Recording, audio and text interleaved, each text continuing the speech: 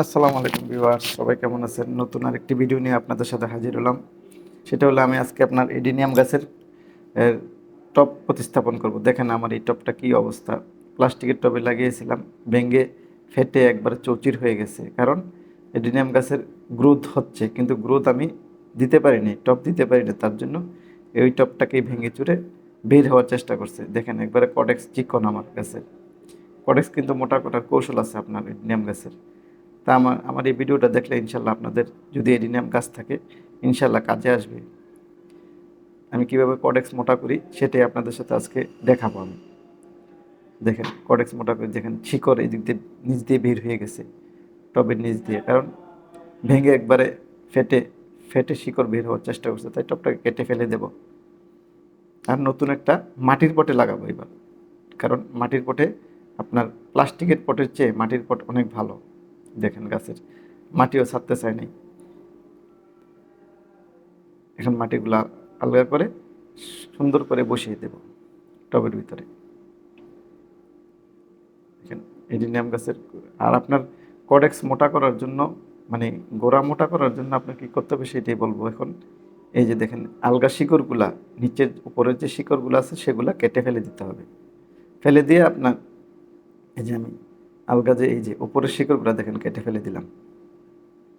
তাতে কি হবে, আর শিকড় বের হতে পারবে না, নিচ থেকে বের হবে, কি করবে উপরের দিকে মোটা হয়ে যাবে। দেখেন, এই দেখেন দেখেন টপতে বের হতে পারে না, দেখি এই জন্য নিচে দিয়ে একবারে শিকড়গুলো ইয়ে আছে। তার জন্য আমি কি করবো এখন, বের হতে পারি। এই যে আমার মেয়ে এসে গেছে, মেয়েও দেখার জন্য চেষ্টা করে, বাবার জন্য।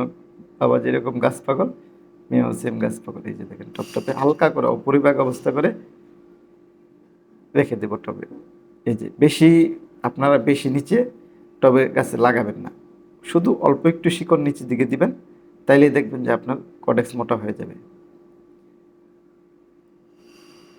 এই যে দেখেন হালকা হালকাভাবে একটু দিয়ে আমি কডেক্সটা ঢেকে দেবো, শিকড়গুলো শুধু ঢেকে দেবো, আর কিছুই করবো না।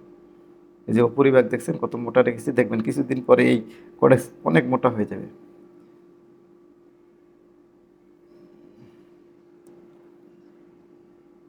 এই যে মোটা হয়ে যাবে। তার জন্য আমি আবার এই যে লাগানো শেষ, এখন আমি এইটাকে আমি অন্য স্টাইলে দেওয়ার চেষ্টা করব। এই যে আলগা শিকড়গুলো এগুলো কেটে ফেলে দেব। কেটে ফেলে দিলে দেখি আমি অন্য একটা শেপ দেওয়ার চেষ্টা করতেছি গাছটার।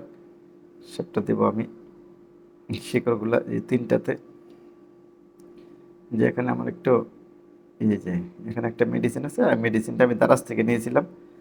যে এই যে কাটলাম, যে ফাঙ্গাস ফাঙ্গাস যেন বা ব্যাকটেরিয়া যেন এটাতে অ্যাটাক না করে, সেই জন্য আমি এই পাউডারটা লাগিয়ে দেব। এই যে এটা হলো আপনার পাউডারটার নাম হলো, মেবি ভুলে গেলাম পাউডারটার নাম। সেটা হলো আপনার গ্রোথ আর কি, শিকড়ের গ্রোথ করার জন্য ফাঙ্গাসাইড পাউডার আর কি। ফাঙ্গাস যেন পচন না ধরে, দারাজে আপনি সার্চ দিলে দেখতে পাবেন, এগুলো পাবেন অনেক দারাজে। আমি এটা লাগিয়ে দেবো যেন এটা জীবাণু আক্রমণ করে পচে যেন না যায়।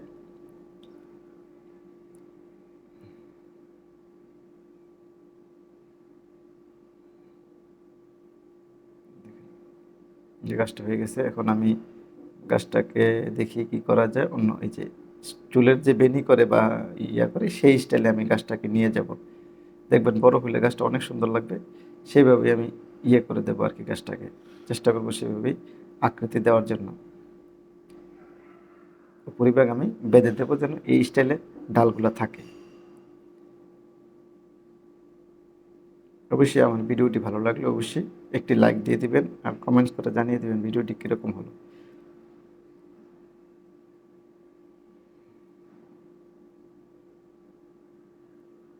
দেখেন যে সুন্দর একটা স্টাইল শেপে দিয়ে দিলাম গাছটাকে।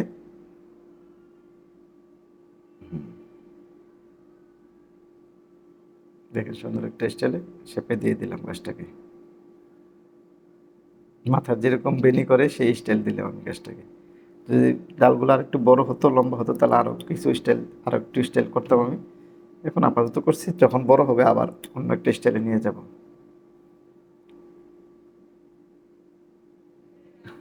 আমার এই ভিডিওটি ভালো লাগলে অবশ্যই চ্যানেলটি সাবস্ক্রাইব করে নেবেন। ধন্যবাদ।